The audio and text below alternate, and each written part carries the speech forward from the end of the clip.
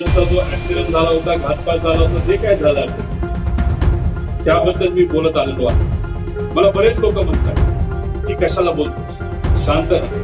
पुढे असणारी ताकद खूप मोठी आहे. ती ताकद तुझं काय करेल हे कोणाला सांगता येणार. मी त्यांना एवढंच सांगतो, आम्ही अभिमानाने ते सांगतो, आम्ही संतांचे विचार मनामध्ये ठेवून काम करतो. आम्ही अभिमानाने सांगतो, जे सर्व महामानव होऊन गेले, छत्रपती शिवाजी महाराजांपासून सर्वच महामानव, त्यांचे विचार घेऊन आम्ही पुढे चाललेलो आहे. तर या विचाराने आम्हाला सांगितलं घाबरायचं नाही.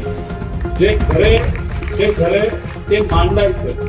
कुणीतरी तुम्हाला अडचणीत आणेल, कुणीतरी तुमचा आवाज दाबेल, म्हणून शांत बसून चालणार.